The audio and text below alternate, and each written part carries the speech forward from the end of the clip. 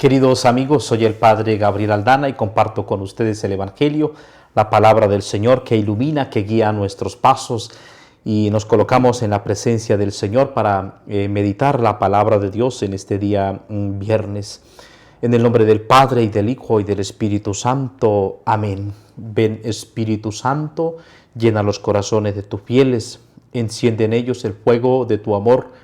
Envía tu Espíritu para darnos nueva vida y se renovará la faz de la tierra. Oh Dios, que iluminaste los corazones de tus fieles con la luz de tu Espíritu Santo, haz que guiados por este mismo Espíritu saboreemos la dulzura del bien y gocemos de sus divinas consolaciones. Por Cristo nuestro Señor. Amén. Lectura del libro del Génesis, capítulo 37, versículos del 3 al 14, del 12 al 13 y 17 al 28. Israel amaba a José más que a todos los otros hijos, porque le había nacido en la vejez, y le hizo una túnica con mangas.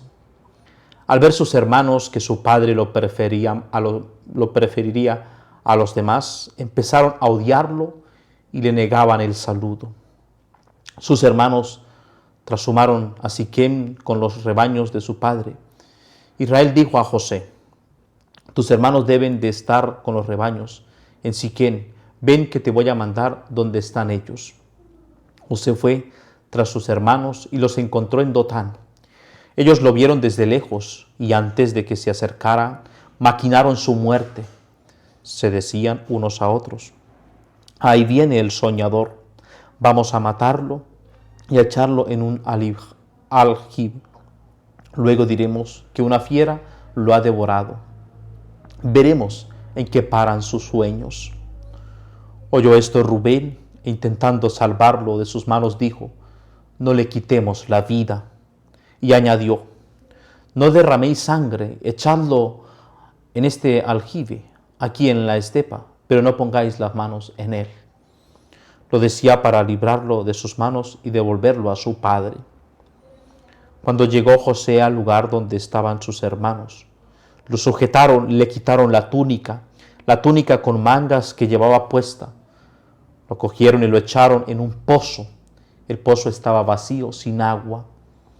Luego se sentaron a comer y al levantar la vista vieron una caravana de ismaelitas que transportaban en camellos goma, bálsamo, resina de Galaad a Egipto.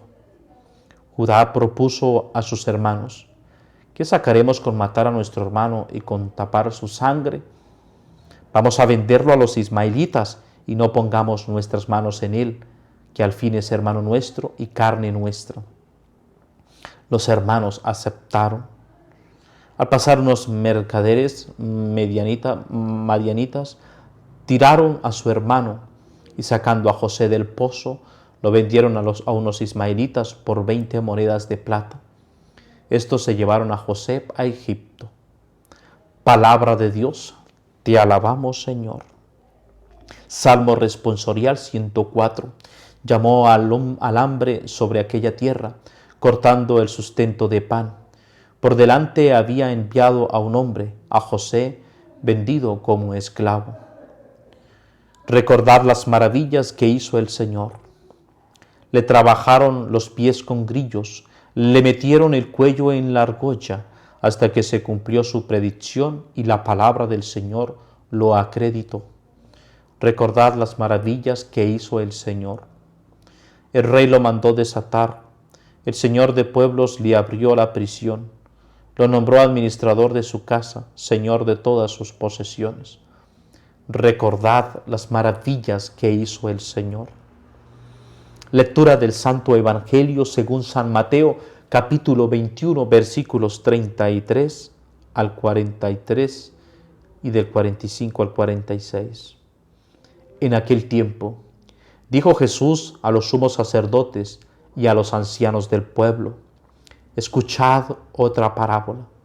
Había un propietario que plantó una viña, la rodeó con una cerca, cavó en ella un lagar, construyó una torre, la arrendó a unos labradores y se marchó lejos. Llegado el tiempo de los frutos, envió a sus criados, a los labradores, para percibir los frutos que les correspondía. Pero los labradores agarraron a los criados, apedrearon a uno, mataron a otro y a otro lo apedrearon. Envió de nuevo otros criados, más que la primera vez, e hicieron con ellos lo mismo. Por último les mandó a su hijo diciéndose: tendrán respeto a mi hijo. Pero los labradores, al ver al hijo, se dijeron: este es el heredero. Venid, lo matamos y nos quedamos con su herencia. Y agarrándolo lo sacaron fuera de la viña y lo mataron. Cuando vuelva el dueño de la viña, ¿qué hará con aquellos labradores? Le contestan: hará morir de mala muerte a esos malvados y arrendará la viña a otros labradores que le entreguen los frutos a su tiempo. Y Jesús les dice: ¿no habéis leído nunca en la Escritura: la piedra que desecharon los arquitectos es ahora la piedra angular? Es el Señor quien lo ha hecho, ha sido un milagro patente. Por eso os digo que os quitará a vosotros el reino de Dios y se dará a un pueblo que produzca sus frutos. Los sumos sacerdotes y los fariseos, al oír sus palabras, comprendieron que hablaba de ellos, y aunque intentaban echarle mano, temieron a la gente que lo tenía por profeta. Palabra del Señor. Gloria a ti, Señor Jesús. Y así, queridos hermanos, escuchamos nosotros la palabra de Dios de este día. Y es esta escena de la primera lectura narrada en esta historia de José, Israel, que tenía sus 12 hijos. Amaba a José más que a los otros hijos que había nacido, porque había nacido en la vejez, hizo una túnica con las mangas.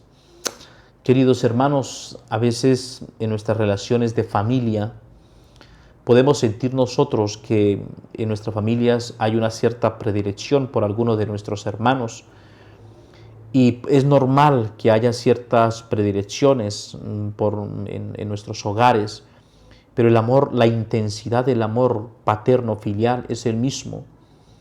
Y aquí tenemos que cuidar, queridos hermanos, pueden haber esas empatías familiares. Entre todos los hermanos quizás hay empatía más por un hermano, por otro.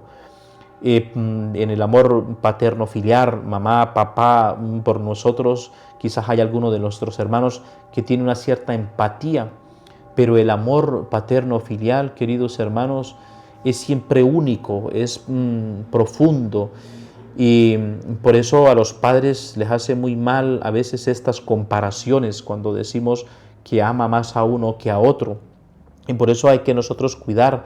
Ciertamente, una vez escuchaba esta comparación, pues los hijos son como los dedos de la mano. Si cortas uno, pues lógicamente va a doler, y por eso así también los hijos son para nosotros así sucesivamente, que todos nos van a doler porque le amamos igualmente.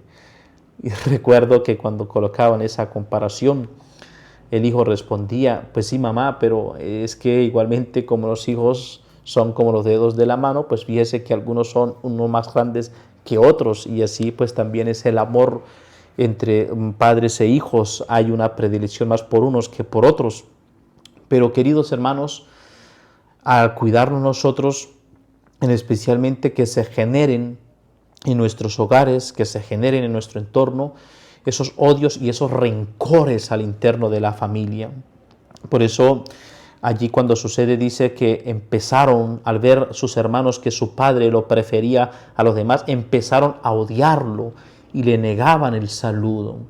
Qué dolor fuerte, queridos hermanos, qué dolor profundo cuando hay familias entre hermanos que no se hablan entre ellos, que se han quitado el saludo, que se odian, hermanos que han sido custodiados en un solo vientre materno, que han estado allí en un sagrario maternal durante 9 meses, en ese mismo sagrario de vida, y que luego el dolor porque no se hablan entre ellos. Qué dolor profundo. Pensemos, por ejemplo, queridos hermanos, aquellos hermanos que no se hablan entre ellos por cuestiones políticas, porque el uno apoya este partido, el otro apoya este partido, y son prácticamente enemigos, se odian por cuestiones políticas, cuando han sido ellos custodiados